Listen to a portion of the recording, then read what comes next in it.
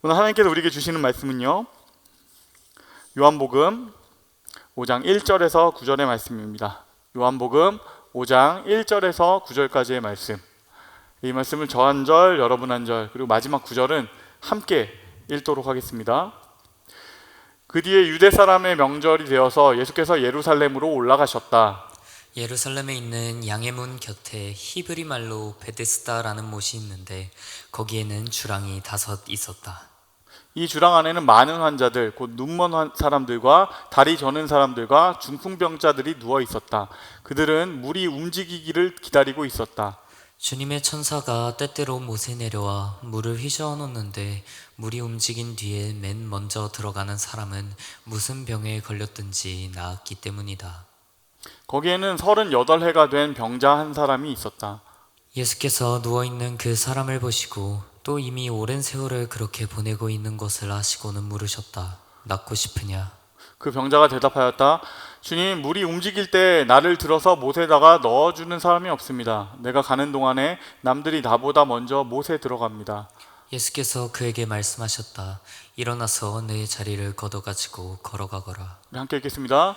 그 사람은 곧 나아서 자리를 걷어가지고 걸어갔다. 그날은 안식일이었다. 아멘. 아멘. 반갑습니다. 저는 청년무성기는 금교진 목사입니다. 수련회 끝나고 저번 주가 사실은 주일까지가 수련회 연정인 것 같은 느낌이니까 수련회 끝나고 첫 번째 주일로 만난 것 같은 느낌이에요. 그리고 또 오늘 연휴인데 많은 청년들 얼굴 이렇게 한꺼번에 볼 수 있어서 참 감사하고 좋습니다. 제가 수련회를 기억할 때 늘상 맨 처음으로 청년들한테 하나 물어보는 게 있어요. 그건 뭐냐면 청년들한테 이렇게 물어요. 얘들아, 뭐가 필요해? 이번 수련회 때 뭐가 좀 제일 필요할 것 같아? 기쁨이 필요해? 아니면 은혜가 필요해? 회복이 필요해? 아니면 공동체끼리 좀 이렇게 하나 교제하고 싶어? 여러 가지 이렇게 물어보거든요. 그런데 꽤 오랜 시간 동안 많이 물어봤지만 지금 거의 10년째 1위를 계속 유지하고 있는 답이 하나 있습니다. 그건 뭐냐면 휴식. 네. 뭐가 필요해 물어보면 휴식이 필요해요. 이게 늘 1위예요. 제일 많은 청년들이 얘기해요. 안식이 필요해요. 좀 쉼이 필요해요. 너무 바쁜 거죠. 쉼이 없고 너무 바쁘고 힘드니까 좀 이 수련회만이라도 좀 저에게 쉼이 되었으면 좋겠어요. 그래서 한 번은요 수련회 기획을 아예 거기에 맞춰서 한 적이 있어요. 그건 뭐냐면 아무것도 안 하는 수련회를 기획해 본 적이 있어요. 오전, 오후에는 프로그램을 하나도 안 하는 거예요. 그리고 저녁에 그냥 집회할 때까지는 그동안은 너네 쉬어라 하고 아예 딱 쉬게 하는 기획을 한번 한 적이 있습니다. 3박 4일 시간 동안. 그래서 오전, 오후에는 뭘 하냐면요. 뭐 오전 이런 걸 막 깔아놨어요. 그 바닷가였어가지고 거기서 낚싯대 같은 것도 있었고, 그리고 서해였거든요. 호미하고 이렇게 고무 대야 같은 거 가져가서 조개 캐러 가게 할 수도 있었고, 그리고 탁구대도 갖다 놨고 배드민턴 칠 수 있게 갖다 놓기도 하고, 그러니까 무인으로 운영할 수 있는 것들, 스텝 없이 그냥 들고서 할 수 있는 것들만 잔뜩 깔아놓고 그 다음에 네가 하고 싶은 걸 해라 하고 이렇게 열어준 거예요. 심지어 어디까지 열어줬냐면은 숙소를 그냥 열어놨어요. 뭐냐면 잠이 부족하면 가서 자. 17시간, 18시간 진짜 많이 잠이 부족하면 좀 푹 한번 자. 이렇게 한번 완전히 열어놨거든요. 그랬더니 청년들이 뭘 하고 시작했냐면 자기들끼리 프로그램을 만들기 시작하는 거예요. 뭐 시킨 적도 없는데 해변에 막 가요. 그러면 막 수십 명의 청년들이 거기에서 막 레크레이션을 막 이상한 레크레이션을 막 하기 시작해요. 뭐 기본 전제는 똑같죠. 저 자매를 머리부터 뭐 넣으리라 뭐 이런 거 있잖아요. 막 레크레이션을 하고, 그리고 또 어디 가보니까 이렇게 기타하고 건반 있는데 모여서 자기들끼리 찬양 집회를 시작하는 거예요. 그래서 막 몇 시간이고 막 찬양하고 저 뒤에서 막 워십 댄스 하고 있고 막 뭔지 모르겠는데 아무튼 제가 생각했던 건 좀 쉬라고 뒀는데 애들이 끝도 없이 뭘 하는 거죠. 그래서 얘들아 대체 왜 이러는 거야? 쉬라고 뒀는데 너네 왜 안 쉬는 거야? 라고 물어보니까 어색하대요. 쉬는 게 어색하대요. 뭐라도 좀 해야 될 것 같대요. 그래가지고 지금 뭔가 시간이 아깝고 뭔가 해야 될 것 같아가지고 계속 이렇게 했다라는 거예요. 그래서 저는 이 수련회 기획할 때 이번 수련회만큼은 끝났을 때 애들이 진짜 이렇게 반짝한 애들의 얼굴을 볼 수 있지 않을까? 애들이 이렇게 하나도 안 피곤한 얼굴을 볼 수 있지 않을까라고 생각했는데 마지막 날에 돌아가는 애들 보니까 진짜 역대급으로 막 다크서클 여기까지 무릎까지 내려온 애들이 있는 거예요. 그래서 야, 그때 생각했죠. 아, 이번 수련의 기획은 망했다. 그 생각을 했었습니다. 여러분, 이 청년들의 상황이 이해가 가시죠? 사실은 우리가 사는 세상이 그렇기도 한 겁니다. 쉬는 게 어색한 거예요. 뭔가 해야 될 일이 계속 있고 계속 해야 될 일이 보이고 뭔가 마음을 줘야 될 것도 많고 바쁘고 뭔가 미션들은 계속 있는데 아무것도 없이 내 시간이 텅 있는 것을 감당하기 어려운 것이죠. 우리가 사는 세상은 경쟁사회 아닙니까? 뭐라도 계속 해야지. 뭐라도 우리가 쉼이라는 주제를 그래서 이렇게 던져줬는데도 청년들이 쉬지 못하는 그 상황이 있는 것은 어쩌면은 우리가 사는 이 세상에서 이 경쟁사회에서는 쉼이라는 것조차도 일종의 기능적인 무엇이 되어버린 것 같아요. 월요일에 더 열심히 일하기 위해서 주말엔 쉬어야지, 아니면 월요일부터 더 쌩쌩하고 똑똑하게 공부하기 위해서 주말엔 쉬어야지, 뭐 이런 식으로요. 근데 쉼은 사실 그런 게 아니잖아요. 그냥 쉼은 그냥 필요한 거잖아요. 그런데 우리에겐 그렇게 되는 것이죠. 주말만 그렇습니까? 평일엔 아닐까요? 일하고 돌아오면 아, 이젠 진짜 휴식이 시작되느냐? 그렇지 않죠. 미라클 모닝 해야죠. 미라클 이브닝 하고. 그래서 막 무슨 토익이 되었건 자격증이 되었건 남들이 하지 않는 어떤 자기 개발을 시간을 채워가야 되지 않느냐. 그래서 남들보다 조금은 앞서갈 수 있는 뭔가를 해야 되지 않아라는 메시지를 계속 받고 있는 것이 우리 아닙니까? 그럼 대체 우리는 언제 쉬어요? 우리는 이 경쟁 속에서 어떻게 쉬고 살아남을 수 있을 것인가? 이 경쟁이 정말 무서운 건요, 그냥 단지 세상이 이렇게 하라고 해서 하는 것도 있지만 또 나도 이미 그 안에 동화돼서 내가 원하는 욕망도 같이 엮여 있어요. 나도 원하고 그들도 요구하고, 그래서 날 쉼없이 해서 계속 굴려가는 이 끝없는 경쟁, 이 속에서 우리는 어떻게 살아남을 수 있을 것인가? 그래서 오늘 함께 나눌 말씀의 제목은요, 베데스다 경쟁에 지친 이들에게, 경쟁에 지친 이들에게 라는 제목으로 함께 말씀 나누려고 합니다. 오늘 본문 속에도 엄청난 경쟁이 있습니다. 굉장한 경쟁이에요. 수백 명의 사람들이 연못 하나를 바라보고 있어요. 그 연못의 이름은 베데스다입니다. 베데스다는요, 예루살렘 근처에 있는 연못인데요, 이 연못에는 전설 같은 이야기가 하나 전해집니다. 물론 이거는 사실이 아니라 전설이에요. 그래서 아까 본문에 보시면 이렇게 괄호로 표시되어 있는데 이건 사실이 아니라 전설에 있는 거죠. 이런 얘기예요. 이 연못에 가끔 천사가 이렇게 내려옵니다. 천사가 내려와서 물을 이렇게 탁 건드는 순간에 그 물이 부글부글 막 솟아오르기 시작하는 거죠. 그리고 그 물이 움직임이 막 시작됐을 때 제일 처음으로 그 안에 들어가는 딱 한 사람, 그 한 사람은 자기가 무슨 병이 있었든지 다 낫게 된다, 어떤 병이든지 다 낫게 된다, 이런 전설 같은 이야기가 있었습니다. 그래서 이 베데스다 연못 근처에는 수백 명의 환자들이 누워 있었습니다. 그 순간에 내가 한번 들어가 보려고, 도저히 내가 고칠 수 없는 어떤 불치병 가진 사람들 수백 명, 그리고 어려운 병 가진 사람들 수백 명이 연못만 바라보면서 기다리고 있습니다. 그리고 그 중에 제일 오래된 한 명, 38년 된 중풍병자, 오늘의 우리의 주인공도 거기에 있었습니다. 여러분이 베데스다라는 연못은 오늘 우리 이렇게 접근하려고 해요. 우리의 욕망하고 굉장히 닮아 있습니다. 어쩌면 이 베데스다라는 연못은 우리의 욕망에 대한 메타포예요. 왜냐하면 이 베데스다라는 연못이 생기게 된 이유 자체가 우리의 욕망이 만들어낸 전설이고 우리가 만들어낸 연못이기 때문이에요. 모든 사람들은 기적을 원하거든요. 기적같이 뭔가 병이 낫기를 원하고 기적같이 하늘에서 돈이 떨어지길 원하죠.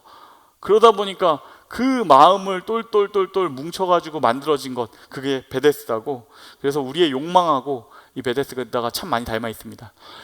어떤 점이 닮아 있는지를 우린 세 가지를 우리 살펴볼 건데요, 베데스다와 우리의 욕망이 닮은 점, 첫 번째는요, 베데스다는 가질 수 없다라는 것입니다. 베데스다는 가질 수 없다. 우리의 욕망은 우리가 가질 수 없는 것들을 꿈꿉니다. 여러분 오늘 이 베데스다 연못에 모여있는 사람들을 한번 상상해 보세요. 거기에 아까 성경 구절에서 어떤 사람들이 모여있는지 설명을 좀 나와 있었죠.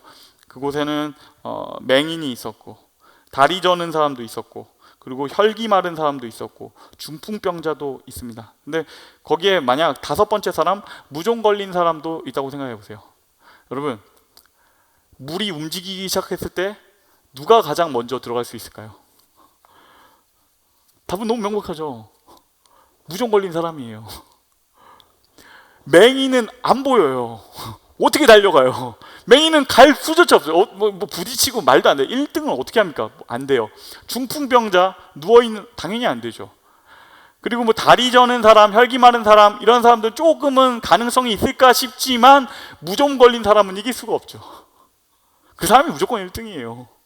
그러니까 그들은 진짜로 아픈 그 맹인들, 뭐 혈기 마른 자들, 중풍병자, 그들은 10년이 있어도 100년이 있어도 절대로 들어갈 수 없는 곳입니다. 오히려 병이 중하면 중할수록 더 들어갈 수 없는 곳, 그곳이 베데스다입니다. 우리 욕망하고 이건 참 비슷해요. 우리의 욕망은요, 내가 가질 수 없는 것을 향해서 우리의 손을 뻗게 만듭니다. 우리가 가질 수 없는 것, 내가 너무나 간절히 원하지만 가질 수 없는 것일수록 오히려 우리는 그 언저리를 빙빙빙빙 돌게 됩니다. 이걸 내가 가지면 어마어마한 나에게 행복이 있을 텐데, 모든 문제가 해결될 텐데, 이걸 가지고 싶은데 그 욕망. 그러니까 첫 번째, 베데스다와 우리가 닮은 것, 욕망. 그것은 가질 수 없다라는 것이에요. 그 두 번째입니다. 베데스다가 우리의 욕망과 닮은 점은 아무것도 주지 않는다라는 것입니다. 아무것도 주지 않는다. 여러분, 만약에 만에 하나 그 중풍병자가 1등으로 그 연못에 들어갔다고 생각해 보세요. 그랬으면 어떻게 됐을까요? 그가 씻은 듯이 다 나았을 거예요? 거기에 들어가서 완전 나아서 일어나게 됐을까요? 아니죠. 그냥 따뜻한 물에 반신욕 한번 하고 나오게 되는 것이죠. 많은 학자들은 이 베데스다 연못에 대해서 아마도 이것이 간헐천이었을 것이다 라고 추정합니다. 간헐천이 뭐냐면요, 온천인데 가끔씩 이렇게 땅 속에 있는 지하수가 펑 이렇게 터져 나오는 그런 곳이에요. 한 번씩 땅 속에 있는 지열로 인해서 지하수가 팡 터져 나오고, 그리고 그 땅 속에서 있는 그 물이 올라올 때 땅 속에 있는 이렇게 우리 몸에 좋은 여러 가지 성분들 있잖아요. 뭐 미네랄이라든가 아니면 병을 고칠 때 도움이 될 유황 성분이라든가 이런 것들이 같이 한꺼번에 올라오는 겁니다. 그러다 보니까 실제로 이런 간헐천들은 우리가 피부병에 걸려 있는 사람이거나 약한 피부 질환을 가진 사람들한테는 실제로 치료 효과를 가는 경우가 많이 있어요. 그리고 고대 사회 아닙니까? 고대에 있어서 우리는 지금은 그냥 연고 하나 사서 바르면 끝이지만 그 당시에는 이것은 거의 뭐 치료가 안 되는 병들 같아 보이던 피부병이 거기서 나으니까 여기서 사람들이 그런 생각하게 되는 거죠. 와, 이것 봐, 너무 놀라운데? 그리고 이 소문이 발전해가지고 나중에는 모든 불치병이 다 맞는 곳, 그런 전설이 생겨나게 된 것이죠. 그치만 그냥 전설이에요. 그냥 미신이죠. 간헐천에 들어간다고 해서 진짜로 불치병이 낫겠습니까? 그게 만에 하나 그런 사람이 실제로 막 안에 들어가서 중풍병자가 일어나는 일이 있었다. 그럼 거기에는요, 그 몇백 명의 사람만 있겠습니까? 수만 명이 모여 있었겠죠. 그러니까 사실은 전설이고 미신이에요. 사실은 아무것도 주지 않는다. 잡아도 우리에게 주지 않는다. 이 베데스다, 이거는 우리와 비교하자면 우리의 마음을 다 뺏어가는 욕망의 대상, 그것이 우리에게는 어쩌면 하나의 베데스다입니다. 우리 모두가 그런 경험들을 한 번씩은 다 했습니다. 남의 일만이 아니에요. 우리는 고등학생 시절을 다 지나갔죠. 고등학생 때 우리가 바라보고 이걸 원하고 이걸 해내면 되면 우리가 쭉 쫓아가는 게 보통 뭐가 있죠? 대학, 그쵸? 제가 이 얘기는 참 많이 했던 것 같아요. 대학, 막 어른들은 얘기해요. 야, 넌 대학만 가면 네가 원하던 모든 것이 다 이루어질 테니까 대학만 가. 아들, 네가 가면은 여자친구가 기다리고 있어. 거기에 너를 기다리고 있어. 번호표를 뽑고 기다리고 있는 너의 여자친구가 있어. 막 막 그렇게 막 얘기를 하는데 제가 나도 거울이란 게 있는데 근데 잠깐 동안은 거기 뭔가 거기 가면 내 인생에 뭔가 풀릴 것 같은 생각을 가지고 열심히 애를 써가지고 그 대학에 들어가죠. 그리고 그 대학에 들어가서 내가 꿈꾸던 그 꿈이 이루어지면 그 다음에 뭐가 됩니까? 우리는 대학생이 되죠. 대학생이 돼요. 그리고 그 이후에도 우리가 계속해서 뭔가를 잡으려고 하죠. 그 다음에 대학생의 그 다음 목표는 뭐죠? 취업을 하려고 온 힘을 다하고 포트폴리오 쓰고 뭐 하고 막 해가지고 그 취업을 딱 해내면 그 꿈을 이뤄내면 그 순간에 다음 꿈이 생깁니다. 뭐냐면 그 회사를 때려치는 꿈을 끼게 되죠. 그 이후에도 계속되는 것입니다. 연애, 내 인생에 그 여인을 만난다면, 그 놈을 만난다면 내 인생에 뭔가 채워질 것 같아. 달려가지만 잡고 나면 그닥 뭔가가 없는 결혼, 자녀, 그 이후에 뭔가 그것이 계속 있는 것이죠. 그러나 그 욕망이 우리에게 진짜로 무언가 내가 원하던 완전한 기쁨, 완전한 평안을 줄 수 있는가? 그럴 수 없다. 그것은 하나의 베데스다에 불과하다라는 것이죠. 마지막 세 번째입니다. 베데스다에는 기쁨이 없다라는 점에서 우리의 욕망과 닮아 있습니다. 오늘 본문은요, 배경이 명절입니다. 본문에서 특별하게 언급하진 않았지만 많은 학자들은 이 시점이 6월절이었을 거라고 추정하고 있습니다. 당시에 모든 그 유대인들은요, 그 예루살렘에 올라가가지고 6월절이 되면 축제를 즐겼습니다. 그 당시에 그 물의 축제 같은 것들이 그 시기에 진행이 됐거든요. 그래서 베데스다 곁에서는 온데 다 축제 분위기가 시작되어 있고 모두가 물의 축제를 즐기고 있고 가족들과 친구들과 뭔가 파티를 벌이고 있는 가운데 베데스다에 앉아 있는 사람들은 그냥 연못만 바라보고 있습니다. 그 사람들은 가족들과 친구들과 지금 즐기고 할 여유가 없어요. 왜냐하면 내가 제일 먼저 들어가야 되니까. 다른 사람 신경 쓰고 다른 사람의 기쁨에 참여할 여유가 없어요. 온 세상 생각이, 온 마음이 거기에 고정되게 하고 있는 그것이 베데스다라는 것입니다. 모두가 기쁜 시간에 그것만 바라보면서 희망 고문을 합니다. 저기만 들어가면 나는 나을 거고 나는 행복해질 거고 나는 기뻐질 거야. 오늘은 고통스럽지만 그러면서 옆에 사람들을 계속 바라보는 것이죠. 저놈이 더 가까이 가는 거 아니야? 우리끼리 정한 룰을 제가 어기는 거 아니야? 서로가 서로를 감시하는 곳. 그래서 그 기쁨이 사라지는 곳. 그것이 베데스다입니다. 그러니까 여러분, 베데스다 이 세 가지 특징이죠. 아무것도 가질 수 없고 아무것도 주지 못하고 기쁨도 없다. 그러니까 베데스다는 결국엔 거대한 가스라이팅인 것이죠. 무언가 대단한 것을 줄 것처럼 있지만 모든 사람들, 거기 앉아있는 사람들에게 마음을 다 쏟게 하지만 아무것도 주지 않고 아무것도 얻을 수 없고 그리고 기쁨조차 없는 그곳, 베데스다. 근데 진짜 아이러니한 게 하나 있다면 이 베데스다라는 이 지명의 이름이에요. 베데스다라는 이름은요, 집이라는 베트하고 헤세드, 은혜라는 말의 합성어예요. 그러니까 우리나라 말로 풀어 쓰자면 은혜의 집이라는 이름이 그 연못의 이름인 것이죠. 그런데 그곳은 실제로 가보면 경쟁만 있는 곳, 주변의 사람들과 한 곳만 바라보며 기쁨도 다 사라져 있는 곳, 완전한 비은혜의 집, 그곳에 사람들이 앉아 있습니다. 그리고 38년 된 오늘의 병자도 그곳에 있습니다. 여기서 오늘 우리의 이야기가 시작이 돼요. 복음서의 모든 이야기의 반전은 사실 시작은 똑같습니다. 예수님이 그곳에 오세요. 그리고 베데스다 그 연못에 진짜 은혜가 시작되기 시작하는데요. 함께 6절 말씀을 읽겠습니다. 예수께서 누워있는 그 사람을 보시고 또 이미 오랜 세월을 그렇게 보내고 있는 것을 아시고는 물으셨다. 낫고 싶으냐? 첫 번째 은혜는 예수님께서 누워있는 그 사람을 보신다라는 것이에요. 온 동네가 다 축제예요. 예수님은 슈퍼스타세요. 이제 막 떠오르고 있는 그 슈퍼스타가 사실은 이 예루살렘에 와서 환호하는 대중들 사이에 있는 게 제일 좋지 않겠습니까? 자기의 유명세를 더 크게 만들 그 사람들이 기다리고 있지 않습니까? 그런데 예수님께서 굳이 주목하시고 굳이 찾아가시는 것은 거기에 누워있는, 본인에게 아무런 도움이 되지 않는 38년째 헛발질하고 있는 그 중풍병자예요. 그리고 그에게 찾아가서 그를 바라보세요. 그리고 보시는 순간에 주님이 아십니다.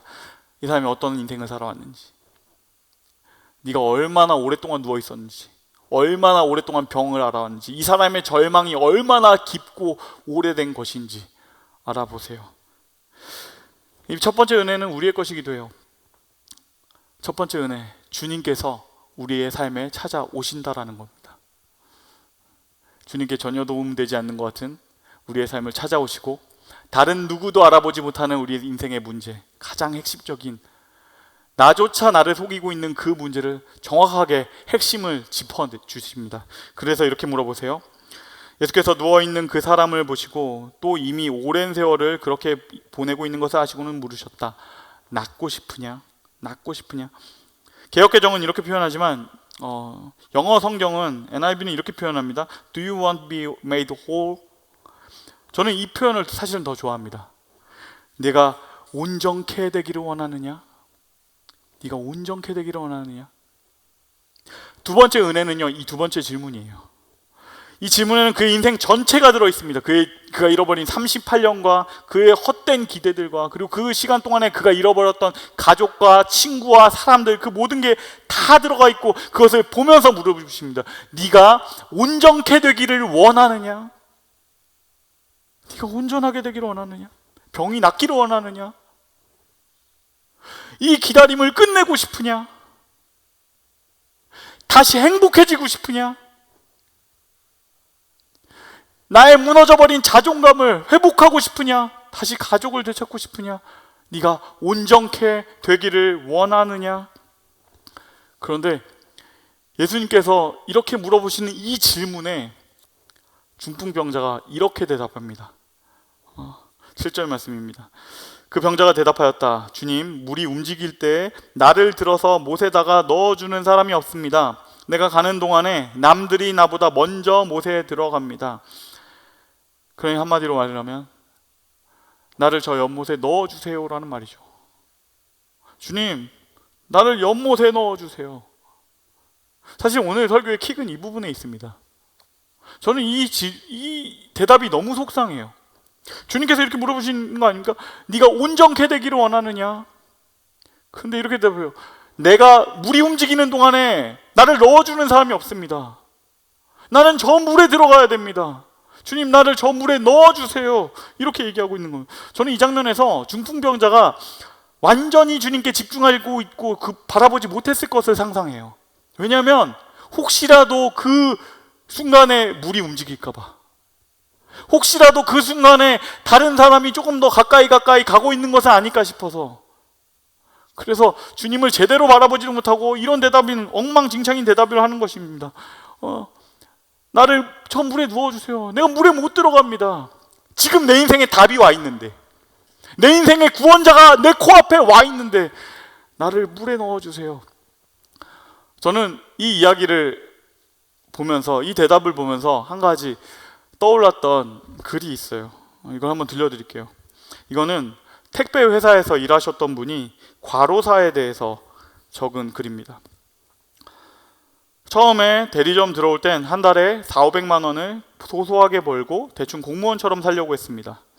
그런데 코로나 터지고 2달 뒤에 월급이 뺄 거 다 빼고도 800만 원 넘게 들어오더군요. 그때부터 일이 더 하고 싶었습니다. 집값이 너무 올라서 난 영영 못 사주겠구나 싶었는데 희망이 보였습니다. 그래서 10시 퇴근이건 12시 퇴근하건 1시 퇴근하건 그냥 미친 듯이 일했습니다. 죽을 것 같은데 통장을 보면 행복했습니다. 우리 택배 기사들은 다 그 마음이었습니다. 그런데 그러다가 조금씩 몸에 무리가 오는 것을 느꼈습니다. 그러면 사실은 구역을 조정하면 되는데 사람 욕심이란 게 그렇게 작지가 않죠. 그렇게 과로사하는 분들을 여러 봤습니다. 저는 어느 순간엔 이대로는 안 되겠다 싶어서 구역을 줄이고 등산을 다니기 시작했고 지금은 괜찮습니다. 그렇지만 모든 사람들의 몸이 저 같을 수는 없죠. 사람들이 살이 쭉쭉 빠지고 야위어 가는데 눈에서는 빛이 나더라고요. 월 몇 천씩 버니까 죽어가는 줄도 모르더군요. 그렇게 10몇 명 죽었습니다. 저는 이 이야기가 중풍병자의 이야기하고 참 비슷하다고 생각합니다. 속고 있는 것입니다. 만약에 예수님께서 이 택배 기사분한테 네가 행복하기를 원하느냐고 물으시면 아마 이분은 한참 그 돈을 벌려고 하던 때였다면 주님 저에게 9억을 더 주십시오라고 했을 거예요. 네가 행복하기를 원하느냐라고 하면 나는 행복하기 원합니다. 기쁘기 원합니다 라고 대답해야 되는 거 아닙니까? 중풍병자에게 네가 낫고자 하느냐, 네가 온전하게 되기를 원하느냐라고 말한다면 주님 온전하게 되고 싶습니다.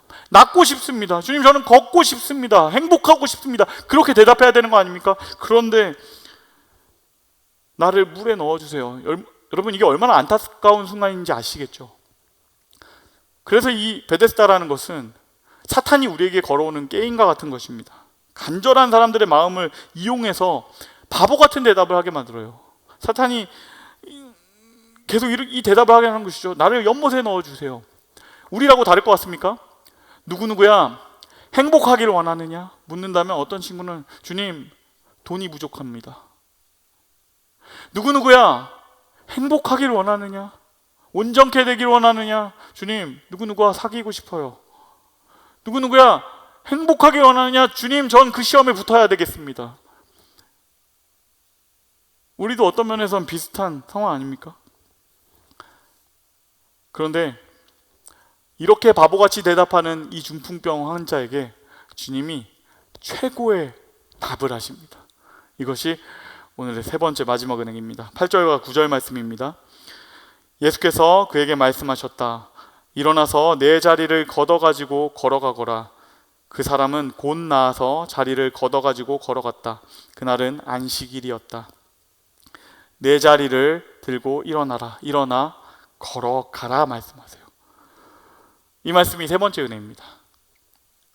이 단순한 말씀, 이 단순한 명령이 너무나 은혜인 것은 그 중풍병 환자, 거기 38년 누워있던 그 사람을 향한 완벽한 모든 것이 들어있는 대답이기 때문이에요. 일어나서 걸어라. 이 기다림을 멈춰라. 삶의 자리를 바꿔라. 너의 삶의 방향을 바꿔라. 이제 그만둬라. 일어나서 걸어가라. 이 말, 이거 알고 있는 건 답이 없어요. 너무 당연하죠. 그 환자의 최종 목표가 베데스다 그 연못이었다면 그는 영원히 행복해질 수 없었을 것입니다. 들어갈 수도 없거니와 들어간다고 해도 낫지 않을 것이며, 그리고 그걸 들어가서 뭔가 좀 나아지는 것 같아도 그 순간에 사탄은 또 다른 베데스다, 다른 것들을 주기 시작할 것입니다. 그러니까 그 욕망에는 주님께서 말씀하시는 거죠. 그 욕망엔 답이 없다. 거기서 일어나라. 너의 방향을 바꿔라. 그러자 이 중풍병자가 일어납니다. 그리고 그의 자리를 들고서 걸어가기 시작합니다. 너무 기쁘고 해피엔딩이죠. 그렇지만 이 이야기는요, 단순히 그냥 막 자기계발서 같은 그런 이야기는 아닙니다. 여기서 마치 삶의 방향을 바꾼 그는 행복을 찾았습니다. 좋은 멘탈과 좋은 방향성이 인생에 행복을 준다. 뭐 이런 방향과 멘탈에 대한 이야기라면 오늘의 설교는요, 설교이기 이전에 그냥 하나의 테드 강연 같은 것이겠죠. 그런데 복음은 이런 자기계발의 메시지가 아닙니다. 복음의 메시지, 그 핵심은요, 은혜예요. 아무 이유 없이 주어지는 은혜. 여기서 우리가 하나 주목해야 될 것은요, 이 중풍병 환자는요, 아무것도 자기가 낫는 것에 대해서 기여한 것이 없다라는 것입니다. 아무것도 도움이 되는 일을 한 게 없어요. 그저 예수님이 그를 바라보셨을 뿐이고, 그저 예수님과 몇 마디 말을 나누게 된 것 뿐이고, 그리고 그 순간에 말할 수 없는 은혜를 받은 것 뿐이에요. 그걸 통해서 그냥 인생이 바뀌었다, 그것 뿐이에요. 그런데 그것이 베데스다에서 탈출하는 유일한 방법입니다. 예수 그리스도, 그분의 은혜, 이해할 수 없는 그 은혜.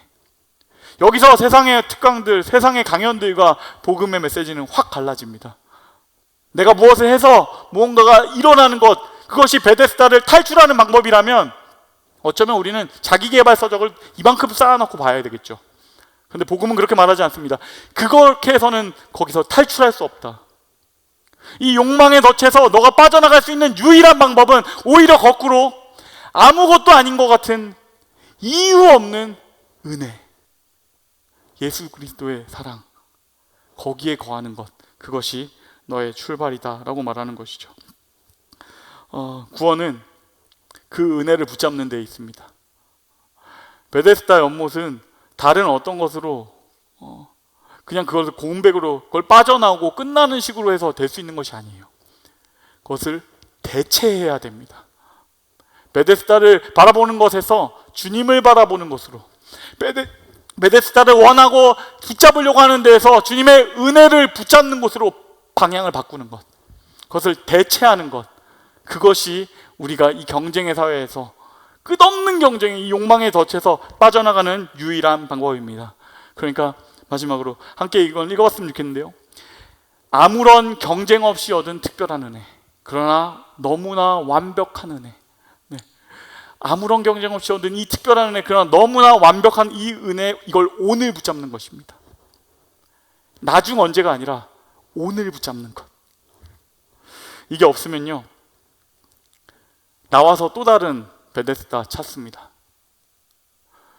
38년 된 중풍병자가 나와서, 정말 기적적으로 나와서 어디론가 갔다고 생각해 보세요. 그런데 주님의 은혜, 주님께서 붙잡아 주시고 나를 깨워 주셨다, 그 복음의 사실이 없으면요, 그는 아마 자서전을 썼겠죠. 나는 어떻게 베데스다를 나오게 되었는가, 내가 어떤 노력을 통해서 하게 되었는가, 그리고 그 다음에는 뭔가 그 다음에 목표를 찾아서 뛰어가게 되는 것 아닙니까? 이 지독한 게임, 지독한 가스라이팅을 끝내는 유일한 방법, 너무 한심한 것 같고 너무 심플한 것 같고 우리가 이미 알고 있던 그것, 주님의 은혜. 말씀을 맺겠습니다. 많은 청년들이 실제로 너무 바쁩니다. 많은 청년들이 너무 바빠서 저한테 이런 얘기들을 해와요. 목사님, 저 진짜 바빠서요, 시험만 좀 끝나고요. 목사님, 저 진짜 바빠서요, 취업되고 나서요. 그 이후에 신앙생활 할게요. 그 이후에 다른 것 좀 고민을 해볼게요. 그리고 각자의 베데스다로 막 달려갑니다. 좀 어른이 되면 다른가 싶었는데 성도님도 어른분들 만나봐도 똑같아요. 너무 바빠서요. 지금 뭐 때문에 바빠서요. 뭐 때문에 바빠서요. 그렇지만 우리가 사실은 다 알고 있습니다. 오늘 진짜 행복을 붙잡을 수 없다면, 오늘 행복하지 못한다면 내일도 행복하지 못할 것이에요. 오늘 나의 바빠서 행복할 수 없는 그 이유가 너무 커 보이지만 그걸 붙잡은 다음에는 정말로 행복할 것 같으세요? 내일은 행복이 찾아올 것 같으세요? 아니요. 그 다음이 있습니다. 결혼을 한 뒤에, 시험이 끝난 뒤에, 취업이 된 뒤에, 뭐 자녀가 입학한 뒤에, 그 뒤에는 또 다른 이유로 또 행복하지 못할 것입니다. 부끄럽지만 저도 그런 고백을 드릴 수밖에 없어요. 전 사실 되게 욕심 많은 사역자거든요. 잘해보고 싶어 하는 사람이에요. 설교 잘하고 싶다, 사역을 잘해보고 싶다, 좋은 수련회 하고 싶다, 좋은 양육하고 싶다, 좋은 뭔가를 만들어보고 싶다, 그렇게 사역 잘해보려고 애쓰다가요, 놀랍게도 사역 잘해보려고 하다가 예수님을 놓칠 때가 좀 많이 있어요. 여러분, 베데스다는 어디까지냐? 심지어 사역이 베데스다가 될 때도 있어요. 그러나 그것을 놓치고 나서 우리가 잡을 수 있는 것은 아무것도 없는 헛헛함. 그리고 그때 내가 그것을 놓쳤던 것을 깨달을 때쯤에, 이렇게 설교를 작성하고 있을 때쯤에 주님께서 저에게 조용히 다시 물어와 주십니다. 주님과 함께 대화하는 조용한 새벽, 같이 얘기하는 그 기도의 시간. 규준아, 내가 온전하게 되고 싶으냐? 네가 행복하길 원하니? 내가 기쁘길 원하느냐? 여러분에게도 그렇게 물어보실 것입니다. 누구누구야, 온전케 되기를 원하느냐? 행복하기를 원하느냐? 그때 이렇게 대답하기 원해요. 우리 함께 이건 큰 목소리로 읽어볼까요? 예 주님, 온전하게 되기를 원합니다. 예 주님, 온전하게 되기를 원합니다. 예 주님, 나를 온전케 하는 그 사랑을 붙잡겠습니다. 예 주님, 주님으로 인해서 다른 어떤 것들이 채워줄 수 없는 그 평안, 그 행복, 그 감사, 그 감격 붙잡겠습니다. 주님, 주님과 함께 걸어가기를 원합니다. 우리 그 사랑을 붙잡고 베데스다를 떠나는 저와 여러분이 되시기를 주님의 이름으로 축복합니다.